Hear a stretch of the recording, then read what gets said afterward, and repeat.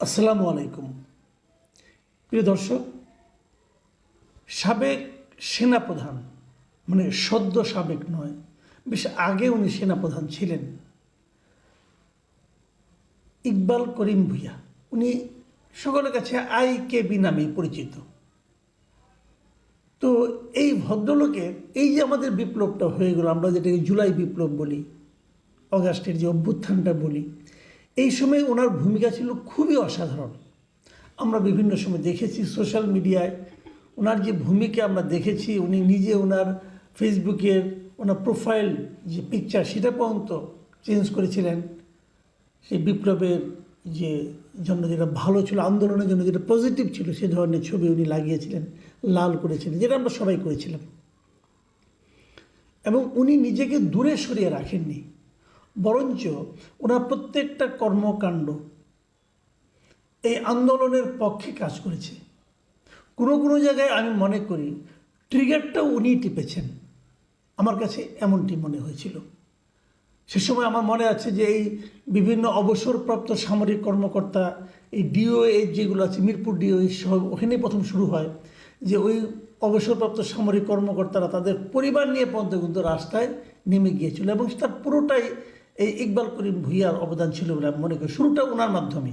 উনি কিন্তু এই জন্য মানে আপনার প্রেস ব্রিফিং করেছেন, এবং উনি বলেছেন যে আর্মিদের উচিত হবে না যে নিরীহ মানুষকে লক্ষ্য করে গুলি করা, এবং তার এই আহ্বান যিনি জানিয়েছিলেন সেটা দুর্দান্তভাবে কাজ করেছিল। সামরিক বাহিনী যারা রাস্তায় ছিল তাদের উপর প্রভাব বিস্তার করেছিল।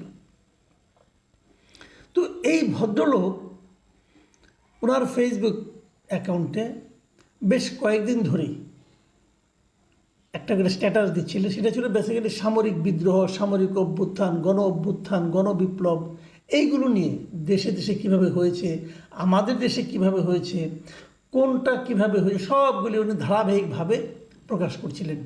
এরকম 1-2 করে করে 17 খণ্ড উনি প্রকাশ করেছেন। এই সর্বশেষ যে খণ্ডটা উনি প্রকাশ করেছেন, সপ্তদশ অংশ যেটা ছিল, সেখানে উনি আমাদের এই জুলাই বিপ্লবের সময় কি হয়েছে, এটা কীভাবে শুরু হলো, কিভাবে শেষ হলো, এবং সর্বশেষ যে ঘটনাগুলি ঘটলো সেগুলিও বর্ণনা করেছেন। এবং সপ্তদশ খণ্ডে যেটা উনি করেছেন অংশে, সেখানে উনি দেখিয়েছেন যে কিভাবে শেষ অঙ্কে এই তত্ত্বাবধায়ক সরকার গঠিত হলো এবং কারা গঠন করলো, এবং কিভাবে সেখানে তৎকালীন DGFI এর যারা ছিলেন, যে DGFI প্রধান, তারা ভূমিকা রেখেছেন। এগুলো নিয়ে ডিটেল বর্ণনা করছেন। আমি এটা নিয়ে আজকে আলোচনা করব, সংক্ষেপে করব। আর আগেরগুলো আমি আলোচনা করলাম না, কারণ ওগুলো অনেক বড় হয়ে যাবে, ওই লাইনে যাচ্ছি না। আমি এইটুক করি এই কারণে যে এইটুক পড়লে আপনারা বুঝতে পারবেন কতগুলি পয়েন্ট, যে আসলে এই যে কয়েকদিন আগে যে অভিযোগটা করেছিল আমাদের একজন উপদেষ্টা নাহিদ ইসলাম, যে উনি বলেছিলেন, এই অভিযোগটা আগে আমি শুনিনি, প্রথম ওনার মুখে শুনেছি। উনি বলেছিলেন যে এই রাজনৈতিক দলগুলো সেনা নিবাসে যে সেনাপ্রধানের সঙ্গে এক ধরনের ষড়যন্ত্র করছিল ক্ষমতা দখলের, এবং তার এই অভিযোগটা তখন আমি বুঝিনি। আসলে সত্যি কথা বলতে গিয়ে এই ধরনের অভিযোগ আগে শুনিনি, তো বুঝিনি। কিন্তু এই ইকবাল করিম ভূঁইয়ার এই লেখাটা পড়ে আমার কাছে মনে হলো নাহিদ ইসলাম তো ভুল কিছু বলেননি, আসলে ঘটনা তো সেভাবেই ঘটেছিল। আমি বরং ইকবাল করিম ভূঁইয়ার লেখাটা আপনাদের কিছু কিছু অংশ পড়ে শোনাই, আপনারাই বুঝতে পারবেন। উনি লিখেছেন, শেষ দৃশ্যটা ঘটে সেনা সদরে, যেখানে সেনাপ্রধান এবং নৌ ও বিমান বাহিনীর প্রধানরা মেজর জেনারেল ফজলে ইলাহি আকবর ব্রিগেডে BNP ও DGFI মেজর জেনারেল হামিদের মাধ্যমে 5টি রাজনৈতিক দল আর আইনের শিক্ষক আসিফ নজরুলকে ডেকে পাঠান। তারপর উনি ব্যাকরে লিখেছিলেন, এটি ছিল একটি বিতর্কিত পদক্ষেপ, যেখানে বিজয়ীদের কাছে যাওয়ার কথা, সেখানে উল্টো বিজয়ীরা বিজিতদের কাছে রিপোর্ট করে। শোনা যায় সেখানে রাজনীতিবিদরা ও আসিফ নজরুল সেনাপ্রধানের, রাষ্ট্রপতি ও সংবিধান বহাল রেখে আগের তত্ত্বাবধায়কের আদলে অন্তর্বর্তী সরকারের অধীনে দেশ চালানোর পরামর্শ মেনে নেন।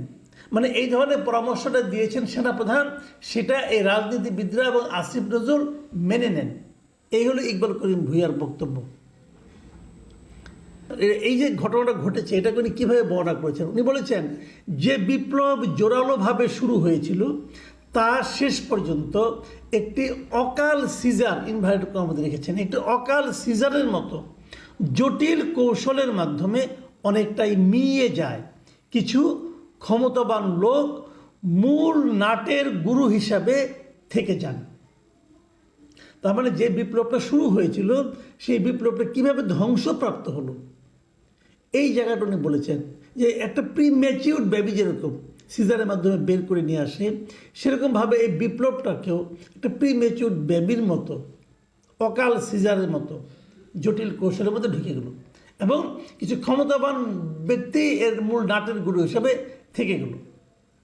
এখন উনি বিপ্লবটা কেমন হতে পারত সে সংক্রান্ত কিছু কথা বলেছেন। তিনি বলেছেন যদি আদর্শভাবে ফরাসি ও রুশ বিপ্লবের ন্যায় এই বিপ্লব সম্পূর্ণ সাফল্য পেতে চাইত তাহলে হয়তো গণভবন ও বঙ্গভবন একযোগে দখল হতো, বিদ্যমান সংবিধান ছিঁড়ে ফেলা হতো, আর আগের শাসনের সহায়তায় যেসব ঊর্ধ্বতন সামরিক কর্মকর্তা নিষ্ঠুরতা চালিয়েছেন তাদের সবাই হয় দেশ ছাড়া হতেন বা বিচারের মুখোমুখি হতেন। গড়ে উঠত একটা বিপ্লবী পরিষদ যারা নতুন শাসন ব্যবস্থা প্রণয়ন, মৌলিক সংস্কার এবং গণভোটের মাধ্যমে নতুন সংবিধান প্রতিষ্ঠার পথ তৈরি করত। ওনার এই পরামর্শটা আমার কাছে মানে অসাধারণ মনে হচ্ছে। উনি এই কথাটাই বলেছেন যে এটা আসলে তো বিপ্লবের মাধ্যমে সরকার পতন হয়েছে, কিন্তু বিপ্লবের মাধ্যমে সরকার গঠন হয়নি। That was the main problem. এবং যে কথাটা আমি বারবার বলি, অনেকে আমাকে ভুল বুঝেন যে এই কথাগুলো আমি কেন বলি। আমি সবসময় বলি যে আপনারা তো সংবিধানের অধীনে শপথ নিয়েছেন, আপনারা কেন নিতে গেলেন? নিতেন না, বলতেন যে এই সংবিধান আমরা মানি না। যখন আপনি সংবিধানের অধীনে শপথ নেন তখন তো আপনাকে সংবিধান মানতে হবে। আমি এই কথাটা শুরু থেকেই বলছি। এটাকে অনেকে অনেক রকম ব্যাখ্যা করেন ভাই, কিন্তু আপনি এখন ব্যাপারটা বোঝার চেষ্টা করেন। উনি এই কথাই বলেছেন যে এদের উচিত ছিল সংবিধানটাকে ছুঁড়ে ফেলে দেওয়া, যে এই সংবিধান আমরা মানি না, এই সংবিধানের আলোকে শপথ দেওয়ার কোনো প্রশ্নই ওঠে না। নিলেন কেন? কেন নিতে গেলেন? এই জায়গায় বিপ্লবীরা সবচেয়ে বড় ভুলটা করেছে। তাদেরকে কে প্ররোচিত করেছে তাদেরকে এখনও আইডেন্টিফাই করার সময় আছে। আইডেন্টিফাই করেন, বলেন তোমরা আমাদেরকে ভুল বুঝিয়েছ। আপনি বিপ্লব করেছেন ভাই, রাষ্ট্রের প্রধান দুইটা স্তম্ভ, রাষ্ট্রপতি এবং প্রধানমন্ত্রী। আপনি প্রধানমন্ত্রীর পতন ঘটাইলেন, রাষ্ট্রপতি পতন ঘটাইলেন না কেন? তখন রাষ্ট্রপতি কাছে গেলেন আপনি শপথ নিতে। শপথ নেওয়ার পর আপনি এখন বলেন যে আমি রাষ্ট্রপতি মানি না, আমি সংবিধান মানি। এখন তো আপনি বলতে পারবেন না, তা আগেই বলতেন। আগে না বলে ভুলটা করেছেন। তারপরে দেখেন উনি কি বলেছেন যে কিন্তু এটা না করে কিন্তু অনভিজ্ঞ বিপ্লবী নেতৃত্ব পুরনো পদ্ধতিতে সেনাবাহিনীর সঙ্গে সমঝোতা করে পূর্ববর্তী ব্যবস্থার মধ্যে ঢুকে পড়ে নতুন কোনো ভবিষ্যৎ নির্মাণের সুযোগ তারা তাই হারিয়ে ফেলে। এই জায়গাটা নিয়ে আমার একটা প্রশ্ন আছে। এই যে অনভিজ্ঞ বিপ্লবী নেতৃত্ব সাধারণত অনভিজ্ঞ হয়, এটা তারপরে মানলাম যে এটা নেতৃত্ব অনভিজ্ঞ ছিল, কিন্তু প্রশ্নটা হলো নেতৃত্বটা কোথায়? এটা কাদের নেতৃত্বে, কে ছিল নেতা বলেন তো এই বিপ্লবের? আপনি কিন্তু একক কোনো নেতা খুঁজে পাবেন না। যে কারণে এই বিপ্লবটাকে বিপ্লব বলতে আমি মাঝে মাঝে রাজি না। আমার কাছে মনে হয় এটা কোনো বিপ্লবই ছিল না। আসলে এটা ছিল আসলে একটা গণ অভ্যুত্থান।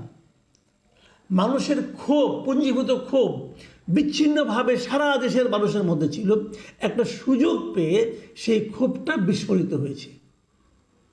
এই হলো গিয়ে কথা। তাহলে এই জন্য আপনি কাকে দায়ী করবেন? আপনি কোন নেতৃত্বের কথা দাবি করবেন? তার দায়টাই আপনি কাকে দেবেন? উনি যেভাবে শেষ করেছেন সেটা পড়ি। উনি বলেছেন এরকম এই পরিস্থিতিতে ক্ষমতার শূন্যতা সৃষ্টি হয়, যার ফাঁক দিয়ে অন্য বৃহৎ রাজনৈতিক দলটি আওয়ামী লীগের ফেলে যাওয়া শূন্য জুতোয় পা গলিয়ে দ্রুত আরেকটি স্বৈরতন্ত্র প্রতিষ্ঠার পথে দ্রুত ধাবমান হয়। মানে উনি এরা বিএনপিকে ইঙ্গিত করছেন যে অন্য বৃহৎ রাজনৈতিক দলটি, মানে আওয়ামী ফরম্যাটেই আবার বিএনপি ক্ষমতা দখলের জন্য অগ্রসর হচ্ছে। কিন্তু এখানে যে জিনিসটা নাকি আমার কাছে গুরুত্বপূর্ণ মনে হয়েছে, সেই জিনিসটা আমি একটু বলতে চাই। দেখেন, এই আন্দোলনটা কিন্তু আন্দোলন থাকতো যদি ছাত্রদেরকে আপনারা বাইরে রাখতে পারতেন। আমি শুরুর থেকে একটা কথা বলছিলাম যে এই যে নেতৃত্বগুলি, এই যে উপদেষ্টাগুলি, এরা কারা কোনটা নিয়েছে। এই যে যেখানে বসে তারা মিটিং করেছে, আরবিদের যে মিটিং, সেই মিটিংয়ে কিন্তু ডক্টর ইউনূসের নামটা আসে নাই। খেয়াল করেন, ওই কিন্তু ইউনূসের নামটা কিন্তু আসে নাই। ইউনূসকে পরে ছাত্ররা ঢুকিয়েছে এখানে। এই যে ছাত্ররা ইউনূসের নামটা ঢুকালো, তারপরে যে উপদেষ্টা মণ্ডলী হলো, এটাও কিন্তু টোটালি ইউনূস সাহেবের সঙ্গে, ইউনূস সাহেব নিজেও বলেছেন উনি এটা পেয়েছেন, উনি এটা গ্রহণ করেছেন, তার মধ্যে উনি নিজের মতো করে কয়েকজনকে ঢুকিয়েছেন। এই জায়গাও কিন্তু একটু ঝামেলা আছে। আরেকটা যেটা বড় ঝামেলা, যেটা আমি শুরু থেকে বলে আসছি, টোটাল ছাত্রদের একটা ঐক্য ছিল সারা দেশে। সে ঐক্যটাও সুকৌশলে ভেঙে দেওয়া হয়েছে। কিভাবে? দুজন ছাত্রকে প্রথমেই উপদেষ্টা মণ্ডলীতে নিয়ে যাওয়ার মাধ্যমে। যখন দুজনকে আপনি নিয়ে নিয়েছেন, তখন কিন্তু ছাত্রদের ঐক্যটা আর থাকেনি। অথচ ছাত্ররা ঐক্য থাকতে পারতো। প্রত্যেকটা বিশ্ববিদ্যালয় থেকে, প্রত্যেকটা শিক্ষা প্রতিষ্ঠান থেকে লোকজনকে নিয়ে তারা একটা বিপ্লবী কমিটি করতে পারতো, এবং সেই কমিটি প্রতিটা মুহূর্তে, প্রতি মাসে একবার করে সরকারের সঙ্গে বসতে পারতো, তাদেরকে বলতে পারতো আমরা এটা চাই নাই, আমরা এটা চেয়েছি, এভাবে বলতে পারতো। কিন্তু সেটা আর হলো না, হয়ে গেল উল্টাটা। তাদেরকে দ্রুত কয়েকজনকে চুজ অ্যান্ড পিকের মাধ্যমে একজনকে একটা বসে এবং লোভ দেখানো হলো।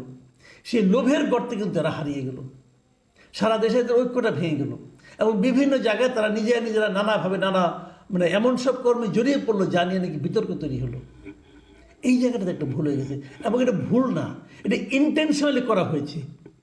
যারা ডক্টর ইউনূসকে বাদ দিয়ে করতে চেয়েছিল উপদেষ্টা মণ্ডলী, তারা যখন বাদ দিতে না পারলো, তখন তারা ছাত্রদের ঐক্যটাকে নষ্ট করার জন্য দুজন ছাত্রকে এখানে ঢুকিয়ে দিল। এটা হলো আমার বিশ্লেষণ, এটা কিন্তু ওনার বিশ্লেষণ না, আমার বিশ্লেষণ। তারপর আমি বলবো, এই পুরো আন্দোলন নিয়ে যারা ভাবছিলেন, তারা এখন নতুন করে এই ইকবাল করিম ভূঁইয়া সাহেবের এই যে স্ট্যাটাস এবং ওনার যে লেখা ডিটেল আপনারা পড়ে দেখতে পারেন। আপনারা পড়লে বুঝতে পারবেন উনি বিপ্লবটাকে কীভাবে ডিফাইন করেছেন, এই আন্দোলনটাকে উনি কীভাবে দেখেছেন। এবং আমার মনে হয়েছে এটা খুব একটা নির্মোহ বিশ্লেষণ হয়েছে। কিছু কিছু ক্ষেত্রে আপনার সঙ্গে মিলবে না, আমারও মিলেনি, তাতে কিছু যায় আসে না। সব কথাই আপনার মানতে হবে অথবা আমার মানতে হবে তা তো নয়, প্রত্যেকটা মানুষই আলাদা। কিন্তু মোটা দাগে আমার কাছে এটা একটা খুবই নির্মোহ বিশ্লেষণ মনে হয়েছে। এবং আমার মনে হয় এই আমাদের আন্দোলন নিয়ে অথবা গণ অভ্যুত্থান যাই বলেন, যে নামে অভিহিত করেন না কেন, এটা নিয়ে আরও এই ধরনের যারা এর সঙ্গে জড়িত ছিলেন সবারই নানা ধরনের বিশ্লেষণ এবং মূল্যায়ন সামনে আসা দরকার। তাহলে হয়তো আমরা একটা প্রকৃত চিত্র পেতে পারব। প্রিয় দর্শক, এখন এই পর্যন্তই। আল্লাহ হাফিজ।